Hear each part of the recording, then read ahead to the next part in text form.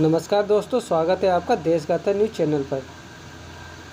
दिल्ली तिमारपुर विधानसभा के अंतर्गत गांव वजीराबाद में वरिष्ठ बीजेपी नेता मृदुल त्यागी ने अपने निवास स्थान पर जरूरतमंद लोगों को राशन सामग्री वितरित की।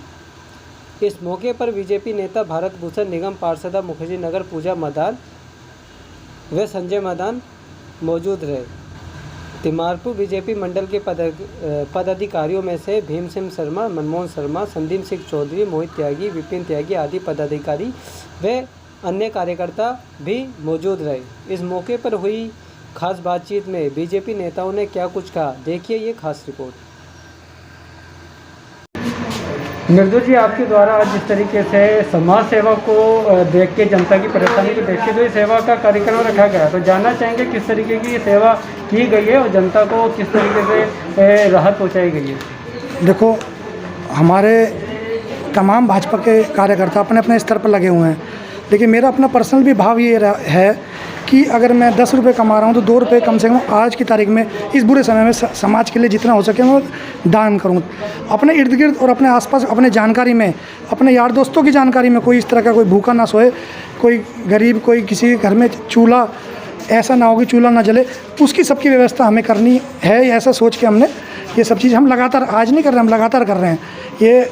और हमारे संजय जी उधर कर रहे, संजय जी के द्वारा आज हमारे 1 मिनट की कॉल पे आज हमने बुलाया और उन्होंने कहा आपसे भी मदद चाहिए और आपको भी इस क्षेत्र में, क्योंकि हमारे यहाँ थोड़ा भाजपा का निगम पार्षद इस क्षेत्र में नहीं है, तो संजय जी ने कहा मैं यहाँ पे तिमारपुर में वार्ड में मेरी मुखर्जी नगर की तरफ से जो भी मदद होगी मैं भी करूँगा। और इन्होंने आज सहयोग हमारे को पूरा दिया और आगे भी सहयोग का भरोसा दिया। जी मृदुल जी, आपकी सेवा भाव को क्षेत्र के लोग भी अच्छे से जानते हैं, लेकिन आम आदमी पार्टी के कार्यकर्ताओं द्वारा लगातार एक वो फैलाया जा रहा था सोशल मीडिया पे कि जैसे संक्रमण कम होगा बीजेपी के लोग निकलेंगे और जनता की सेवा करने का दिखावा करेंगे, क्या कहेंगे? आम आदमी के कार्यकर्ता के ऊपर कोई टिप्पणी नहीं करना चाहता। वो बरसात के मेंढक है, जैसी बरसात होती है वो बाहर निकल के आते हैं।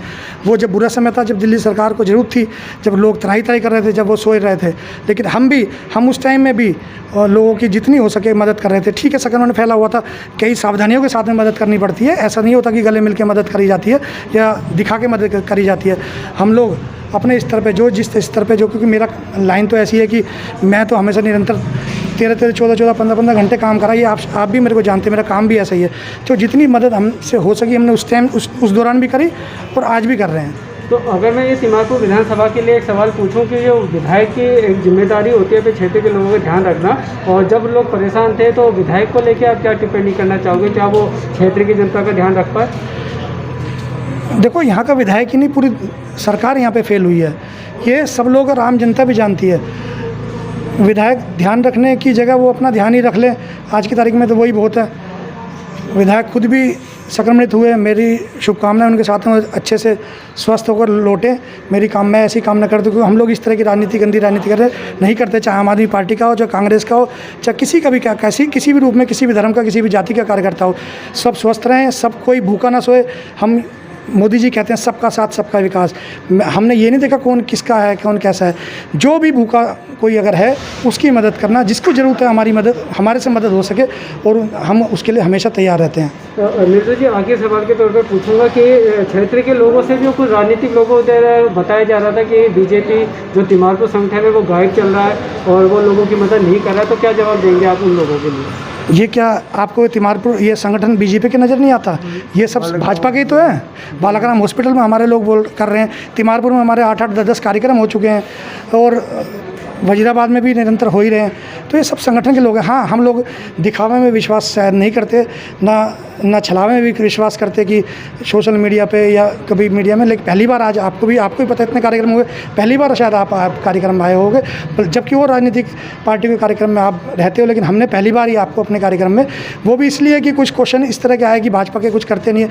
मैंने आपसे कहा भी था हम साइलेंट रूप से करना चाहते हैं, तो आपने कहा कोई बात नहीं, आप साइलेंट रूप से करते हो, लेकिन कभी कभार हमें भी बुला ले रहे हो। तो मैंने इसलिए आपको आज कहा भी कि आप मौजूद रहना और हमारे कार्यक्रम को आप अच्छे से देखें, समझें, और जिस रूप में हमारे कार्यकर्ता मन से, तन से और धन से जो भी जैसी सेवा हो सकती है वैसे लगे हुए हैं, ये आपने स्वयं खुद देखा है। जी धन्यवाद। मैम, आप वजीराबाद क्षेत्र में आ गए हैं और जिस तरीके से नर सेवा नारायण सेवा की बात की जाती है, तो क्या कहेंगी सेवा भाव के लिए? देखिए, ये बात सच है कि नर सेवा नारायण सेवा सारे देश में ये चीज़ सब जगह मोदी जी भी बोलते हैं और सब लोगों में एक जागरूकता भी है कि इस समय जो हालात हैं, देखिए कभी किसी ने सोचा नहीं था कभी ऐसा समय भी आएगा। तो ये छोटी सी सेवा है जो नॉर्मली जैसे मृदुल जी हैं और उनकी टीम ने कोशिश की। देखिए हम ये नहीं कहते कि हम आखिर तक पहुंच सकते हैं, हमारी कोशिश तो कर सकते हैं। आज हमने शुरुआत की है, आखिर तक भी हम उन लोगों तक पहुंचेंगे।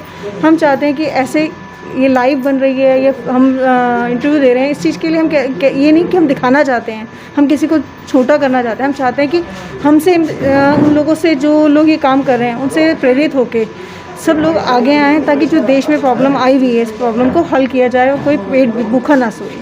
मैम, क्योंकि आप खुद एक चुनी हुई प्रतिनिधि हैं तो काफ़ी जिम्मेदारी होती है प्रतिनिधियों पे, और दिल्ली के जिस तरीके के हालात बने थे जब संक्रमण अपने पूरे स्वभाव पे था, ऐसे में दिल्ली की जनता काफ़ी परेशान भी थी, लेकिन अव्यवस्थाओं के कारण दिक्कत हुई। क्या कहेंगे आप? मैं मानती हूँ कि जो संक्रमण जिस तरह से एकदम से बढ़ा, किसी ने सोचा नहीं था कि एकदम से आएगा, और वो आया तो लोगों को दिक्कत हुई। मगर मैं कहती हूँ अगर दिक्कत आई तो मदद करने वालों की भी कमी नहीं थी।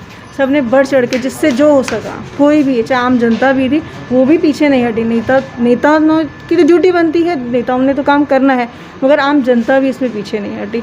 समय आया है, निकल जाएगा, हम तो यही कहेंगे जो वक्त आया है। मगर मैं उन लोगों के, जो उन परिवारों के जिनके परिवारों में से गए हैं, उनको भी कहूँगी कि भगवान उनकी आत्मा को शांति दे, उस परिवार को भी दुख सहने की शक्ति दे। तो जैसे मैं आप बीजेपी की एक कार्यकर्ता भी है, प्रतिनिधि भी हैं बीजेपी की तरफ से। दिल्ली सरकार एक समय पे कहती आ रही थी कि केंद्र सरकार मदद नहीं करी, कभी ऑक्सीजन को लेके, कभी दवाइयों को, इंजेक्शन को लेके। क्या कहेंगे इस राजनीति पे और क्या कहेंगे दिल्ली सरकार की तैयारियों पर? ये सब तो एक राजनीति चल रही थी, आप लोग भी बहुत अच्छे ढंग से जानते हैं। जब बोला गया कि दवाइयाँ नहीं हैं, वैक्सीनेशंस नहीं है या केयर नहीं हो रही, तो ये चीज़ हमारी केजरीवाल सरकार को भी पता था, जबकि उसके पास हर चीज़ पहुँच रही थी। जब सरकार ने बोला कि ऑडिट कराते हैं, तो उन्होंने क्यों बोला कि दवाइयाँ आ गई, इंजेक्शन्स आ गए? तो देखिए आप राजनीति कीजिए, राजनीति करने के लिए बहुत सारे मुद्दे हैं, मगर किसी इंसान की ज़िंदगी मुद्दा नहीं है मेरे लिए। जी संजय जी, आप खुद बीजेपी के एक सक्रिय कार्यकर्ता हैं, नेता हैं और जनता के बीच में बने रहते हैं कामों को लेकर। क्या कहेंगे कि दिल्ली की जनता ने जिस तरीके से संक्रमण की जो दूसरी लहर को जो सहा है और जो त्रासदी मची है दिल्ली में, क्या कहेंगे सरकार की व्यवस्थाओं को लेकर? देखो, जिस तरीके से सरकार ने काम किया, दिल्ली सरकार ने, अगर वो अपनी अच्छे से दायित्व का निर्वाह करती और एक अच्छा मैसेज देती जनता के बीच में, तो जितनी ये दहशत वाला माहौल था या जितनी ये मृत्यु दर बढ़ी, इतनी नहीं होती। और अगर वो अपने ढंग से अपने कर्तव्य को निभाती तो जनता के अंदर एक अच्छा मैसेज भी जाता। आज जनता, हर व्यक्ति, हमें किसी को कहने की जरूरत नहीं पड़ती, हम राजनीति नहीं कर रहे, आज हर व्यक्ति के जुबान पे ये है कि केजरीवाल सरकार बिल्कुल फेल हो चुकी है। लेकिन एक समय था कि ऑक्सीजन को लेके जो मारामारी थी और केंद्र सरकार से ऑक्सीजन को लेके लगातार मुख्यमंत्री मांग कर रहे थे, लेकिन ऑक्सीजन नहीं मिल रही थी। तो क्या केंद्र सरकार भी इसमें जिम्मेदार उतनी है जैसे दिल्ली सरकार? मैं आपकी बात को बीच में काटना चाहूँगा। आपने कहा कि ऑक्सीजन की मांग थी और केंद्र सरकार से मांगा जा रहा था, लेकिन मिल नहीं रही थी। जितनी दिल्ली को ज़रूरत थी उससे ज़्यादा केंद्र सरकार दिल्ली को दे रही थी। और आपने देखा होगा दिल्ली के जो केजरीवाल सरकार के विधायक, जिनके फार्म हाउस से कितने सिलेंडर मिले और जो कंसनट्रेटर मिले, वो उन्होंने सब चीज़ों पे अपना कब्जा कर रखा था, दबा रखी थी। लेकिन जैसे ही कोर्ट ने कहा कि ऑडिट की जाए, पता किया जाए कि दिल्ली को कितनी ऑक्सीजन की आवश्यकता है और कितनी मिल रही है और कहाँ कमी है, तो अगले दिन से ऑक्सीजन भी पूरी होगी, दवाइयाँ भी आ गई और सारी चीज़ें कंट्रोल में होगी। तो ये इस तरीके की गंदी राजनीति नहीं करनी चाहिए। हम ये चाहते हैं कि एक स्वच्छ राजनीति होनी चाहिए। राजनीति के बहुत क्षेत्र हैं, आप लोगों की जान से मत खेलें। तो जैसे कि सर अब आप भी सेवा कर रहे हैं और दिल्ली के बाकी दलों के भी जो कार्यकर्ता या नेता हैं वो भी सेवा कर रहे हैं, क्या दिल्ली की जनता को ने जो दर्द सहा है उस दर्द की भरपाई हो पाएगी? क्या सेवा से जो आर्थिक स्थिति है जनता की वो बन पाएगी? देखो, सेवा करने के लिए किसी भी दल की, किसी पार्टी की, किसी चीज़ की पहचान की आवश्यकता नहीं है। अगर किसी व्यक्ति को सेवा करने की भावना है तो वो सेवा करने आगे आता है। आप देखिए हमारे यहाँ सिख समुदाय, उन्होंने एक उदाहरण दिया, गुरुद्वारों के अंदर उन्होंने ऑक्सीजन के लंगर भी चलाए, उनको कोई राजनीति नहीं करनी थी। ऐसे बहुत से ऐसे अनजान बेनाम व्यक्ति हैं जिन्होंने बहुत सी सेवा करी, लोगों को घर घर जाके राशन भी पहुंचाया, खाना भी पहुंचाया, ऑक्सीजन की भी व्यवस्था कराई। किसी को आर्थिक रूप से भी मदद करी। ये इंसानियत का दौर था। इस समय लोगों के पास पैसे थे, लोग को बेड नहीं मिल रहा था। लोग कहते थे कि हमारे पास पैसा तो हम जब भी जो चाहे सब कुछ ले सकते हैं, लेकिन हालात ने ये दिखा दिया कि आपका पैसा का पैसा धरा का धरा रह गया। एक एक बेड के लिए, एक एक ऑक्सीजन सिलेंडर के लिए लोग तड़पते रहे। तो ये कुदरत ने हमें एक चीज़ दिखाई है कि भाई आप इस समय जागो, आप गंदी राजनीति छोड़ दो, सामाजिक सेवा में लग जाओ और मानवता की सेवा करो। यही हमारी सही पूंजी है।